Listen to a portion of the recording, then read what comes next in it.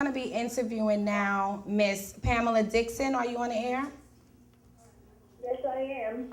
Hi, Miss Dixon. And this lady that I'm going to be interviewing, she's actually a retired principal for New York City schools.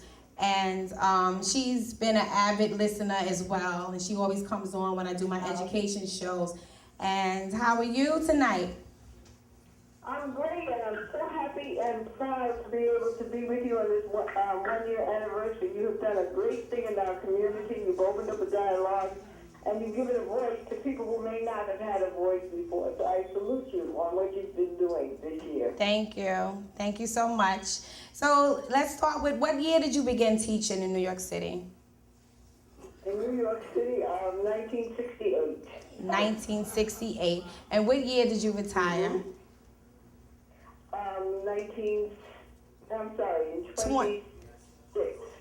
2006. I remember. Okay. Yes. And can I ask you this? Because back then it was called the Board of Ed, and now it's called the Department of Education. How has the education system changed since you started to now? Well, one of the things that's happened over the years is that you do see more parents involved in schools and parents taking ownership of their schools.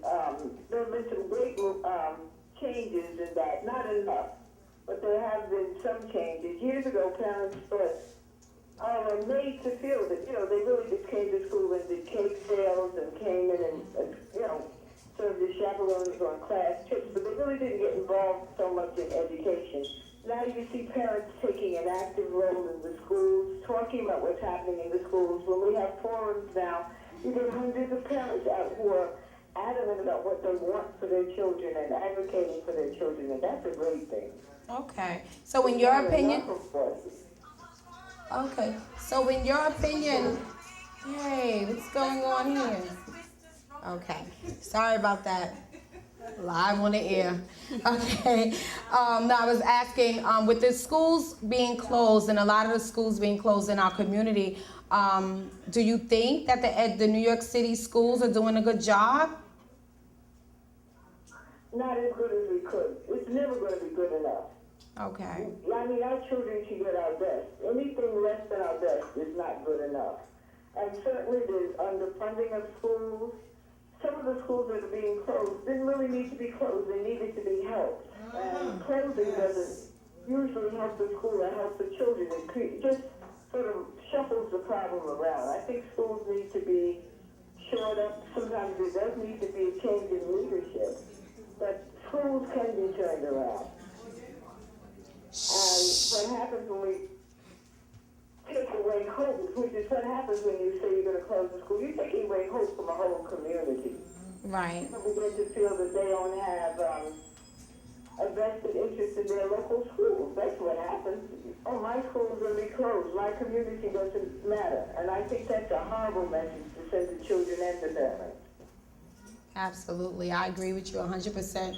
And I get concerned because I know that at one time the schools were really good. I think that I went to school, elementary school here in Brooklyn in District 17, was it, Mom? Yeah, I think it was District 17. And that school district was awesome.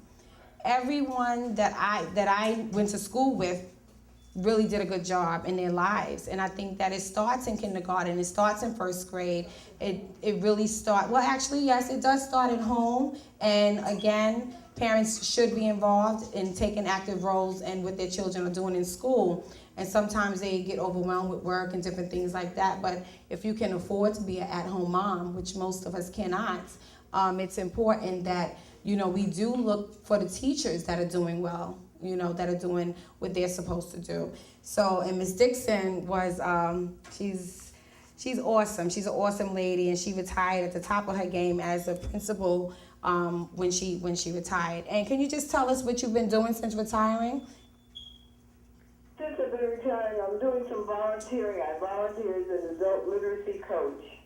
And I also volunteer at my grandson's school one day a week. And I'm involved in some activities in my church, and I've been able to travel and do some of the things that I wanted to do that I didn't have the time to do.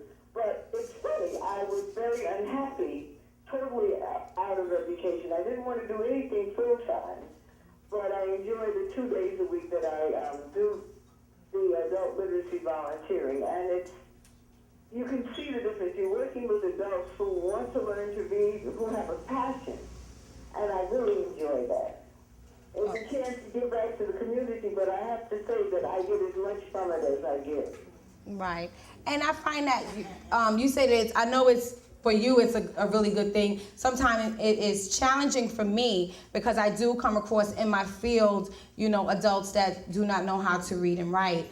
And I find that to be very challenging for me. And as I take my time with them, you know, during group sessions or individual sessions, you know, all they know how to do is print their name. And that's, you know, years of drug addiction and different things that has caused their lives to be the way it is. So this is why you rock, and this is why I needed to interview you, because I know what you're still doing in the community after retiring. This is a retired grandmother. She's an awesome woman, and she's been very, you know, she's just been really good in the community. And the fact that she volunteers her time after being retired, she can just really take care of her grandchildren. She doesn't necessarily have to go in. And where are you volunteering at?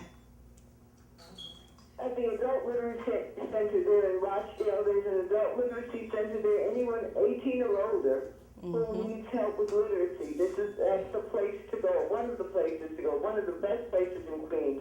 They have a few libraries in the Queens area that have literacy centers, and there are also a couple in Brooklyn. I know there's one at the plaza there on Eastern Parkway, that large library. There's an adult literacy center there. There are places where adults can go to learn to read, and people who are, let's say, empathetic and willing to work with them. Sometimes adults don't want to go because they're afraid that someone may laugh at them, or they're nervous, and they want to say, well, someone may question why didn't I learn to read earlier. It's not like that at all.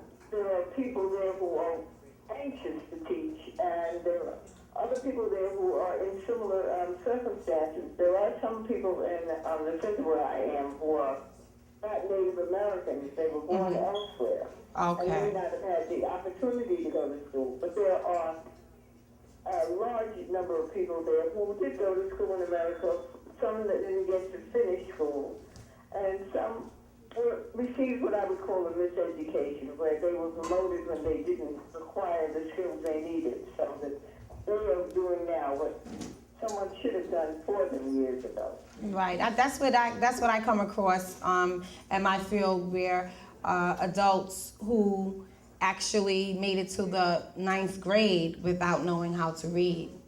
And I really didn't understand that. And as you explained it, being promoted when you should have been left back, you know, and then faking it till you make it, basically, and getting all the way to the 9th grade, not knowing how to read or write, was very compelling. So thank you so much, Miss Dixon. Thank you so much. Lisa, are you still there? Do you have any questions for Miss Dixon? Hello. Oh, wait. Lisa? I'm here. Oh, did you have questions for Miss Dixon? No, I don't. Oh, okay. I thought you did. What do you have to say about the education system? How is it in California for the girls? Because I know leaving New York and then moving to Florida and now in California with your daughters, how is the education system there? Is it different? I mean, yeah, it's significantly different. And, you know, there's a lot of budget cuts. We haven't really felt the full effect of it here in our area.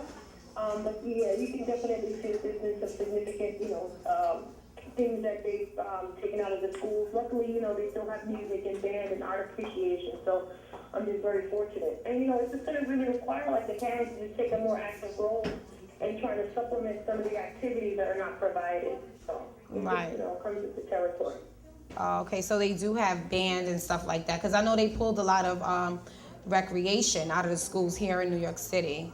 And I felt that's a disservice, Right. especially when you don't have enough community centers you know, where kids can go and learn how to play different instruments, and as well as you know, paint, arts and crafts. I think that for me, I feel the kids don't have an imagination anymore, where, you know, at one time you had to sit down and read a book and then draw a picture of what you read.